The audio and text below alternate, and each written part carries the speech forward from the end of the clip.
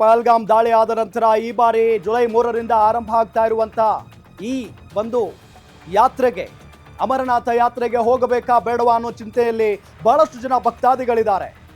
ಇದರ ನಡುವೆ ಸರ್ಕಾರ ಯಾವ ರೀತಿಯಾಗಿ ಅವರಿಗೆ ಭದ್ರತೆಯನ್ನ ಒದಗಿಸುತ್ತೆ, ಯಾವ ರೀತಿಯಾಗಿ ಭದ್ರತೆ ವಿಚಾರಕ್ಕೆ ಸಂಬಂಧಪಟ್ಟಂತೆ ಭರವಸೆಯನ್ನ ಕೊಡುತ್ತೆ ಅನ್ನೋ ನಿಟ್ಟಿನಲ್ಲಿ ಬಹಳಷ್ಟು ಚರ್ಚೆಯೂ ಕೂಡ ನಡೀತಾ ಇದೆ. ಇದೆಲ್ಲದರ ನಡುವೆ ಈಗ ಪಹಲ್ಗಾಮ್ ಮುಖೇನ ಅಮರನಾಥ ಯಾತ್ರೆಗೆ ಹೋಗೋದು ಹೇಗೆ, ಅಲ್ಲಿ ಭದ್ರತೆಯನ್ನ ಯಾವ ರೀತಿಯಾಗಿ ನೀಡಲಾಗುತ್ತೆ ಅನ್ನೋದನ್ನು ಕೂಡ ಗಮನಿಸ್ತಾ ಹೋಗೋಣ. ಅಮರನಾಥ ಯಾತ್ರೆಗೆ ಹೋಗೋದು ಹೇಗೆ ಹಾಗಾದ್ರೆ?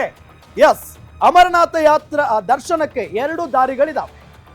ಅಮರನಾಥ ದರ್ಶನಕ್ಕೆ ಎರಡು ದಾರಿಗಳಿದಾವೆ. ಶ್ರೀನಗರದಿಂದ ಅನಂತನಾಗ್ ಮುಖೇನ ಪಹಲ್ಗಾಮ್ ತಲುಪೋದು, ಶ್ರೀನಗರದಿಂದ ಅನಂತನಾಗ್ ಮೂಲಕ ಪಹಲ್ಗಾಮ್ ತಲುಪೋದು ಒಂದು ಮಾರ್ಗ.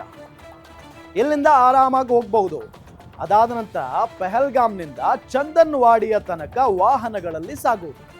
ಮೊನ್ನೆ ದಾಳಿ ಆಯ್ತಲ್ಲ ಪಹಲ್ಗಾಮ್, ಅಲ್ಲಿಂದ ಚಂದನ್ವಾಡಿಯ ತನಕ ವಾಹನಗಳಲ್ಲಿ ಹೋಗೋದು. ಸೊ ಅಲ್ಲಿಂದ 32 ಕಿಲೋಮೀಟರ್ ಕಾಲ್ನಡಿಗೆಯಲ್ಲಿ ಸಾಗಬೇಕು. ಚಂದನ್ವಾಡಿಯಿಂದ 32 ಕಿಲೋಮೀಟರ್ ಕಾಲ್ನಡಿಗೆಯಲ್ಲಿ ಭಕ್ತಾದಿಗಳು ಹೋಗಬೇಕು. ಇದೇ ಸಂದಿಗ್ಧ ಸಂದರ್ಭ ಅಂತ ಅಂದ್ರೆ ಇದನ್ನೇ ಗುರಿಯಾಗಿಸಿಕೊಳ್ತಾರೆ ಉಗ್ರರು.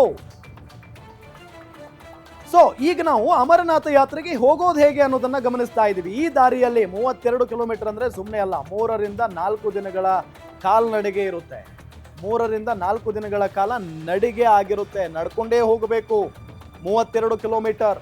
ಎರಡನೇ ಮಾರ್ಗ ಶ್ರೀನಗರದಿಂದ ಬಾಲ್ಟಾಲ್ ಬೇಸ್ ಕ್ಯಾಂಪ್ ತಲುಪೋದು, ಇದು ಎರಡನೇ ಮಾರ್ಗ. ಶ್ರೀನಗರದಿಂದ ಬಾಲ್ಟಾಲ್ ಬೇಸ್ ಕ್ಯಾಂಪ್ ಅನ್ನ ತಲುಪೋದು, ಅಲ್ಲಿಂದ 13 ಕಿಲೋಮೀಟರ್ ನಡಿಗೆಯಲ್ಲಿ ಸಾಗಬೇಕು.